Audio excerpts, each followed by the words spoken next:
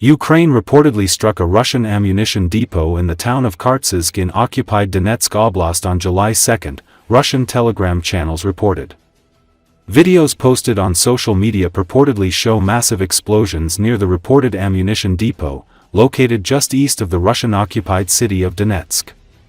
Analysts of the Ukrainian OSINT channel, Kyiv, reported that ammunition for anti-aircraft defense systems, rocket artillery, and barrel guns were stored at the facility. The warehouse was disguised as an abandoned industrial storage of explosives and was covered by the anti-aircraft missile complex Tor. Ukraine's military has not commented on the reported attack. No information was immediately available as to the extent of the damage caused. Ukraine's military regularly strikes military targets in Russian-occupied territories and deep within Russia in an attempt to diminish Moscow's fighting power as it continues its war against Ukraine. On the evening of June 30, Ukraine similarly struck a command post of the 8th Combined Arms Army of the Russian Armed Forces in the Russian-occupied part of Donetsk Oblast.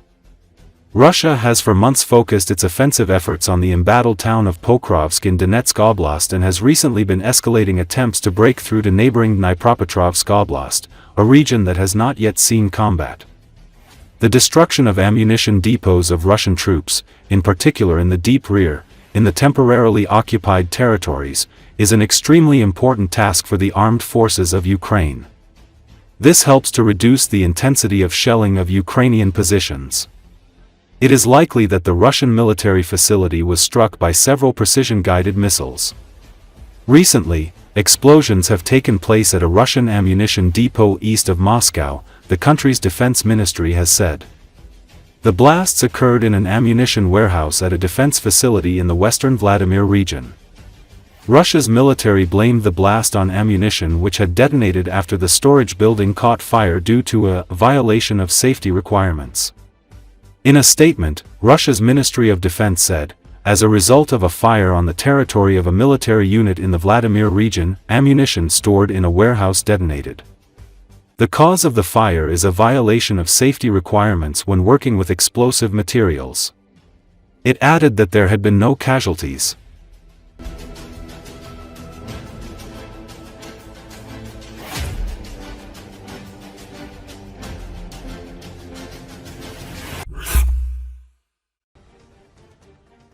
In Sumy Oblast, Ukrainian military thwarted the blitzkrieg of the army of the aggressor country, Russia. This was reported on air by the representative of the Ukrainian Volunteer Army South, Serhiy Bratchuk, on Ranok Live.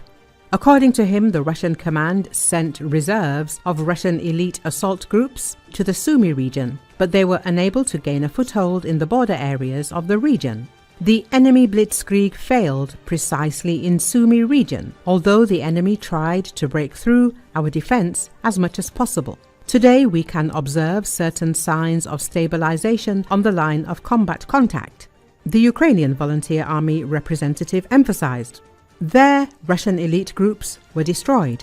Bratchuk noted that the defense forces had fulfilled their task of containing the enemy offensive. As a result, the enemy was unable to create a bridgehead in Sumy Oblast. Let us recall that the enemy reported that the Russians had crossed the border and were moving towards the city of Sumy. They are only 20 kilometers away from it.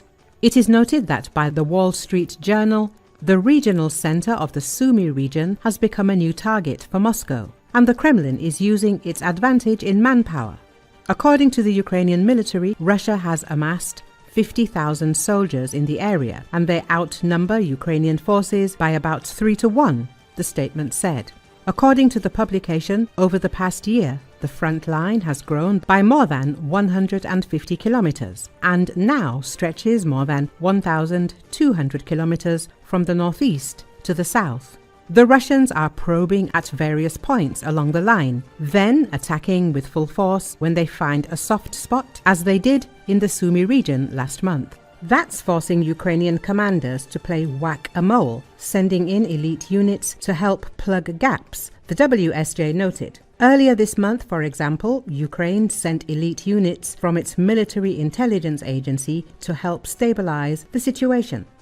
Since then, Russian advances in Sumy have largely been halted and Ukraine has recaptured some territory. Their numbers are a big problem for us, although not enough to defeat us. The enemy is losing 300 to 400 people a day across the region, but they can cope with such losses.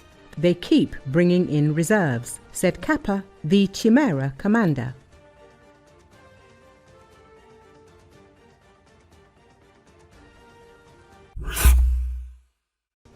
Russia tried to attack the city of Pivden in the Odessa region using experimental naval drones. However, the drones exploded while still in Russian territorial waters, said Kirill Budanov, chief of the Defense Intelligence of Ukraine.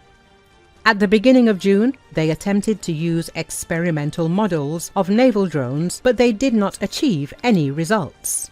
The drones detonated in their own waters and did not even reach our territorial waters, Budanov said. According to him, the drones were heading toward the city of Pivden, but they met with failure.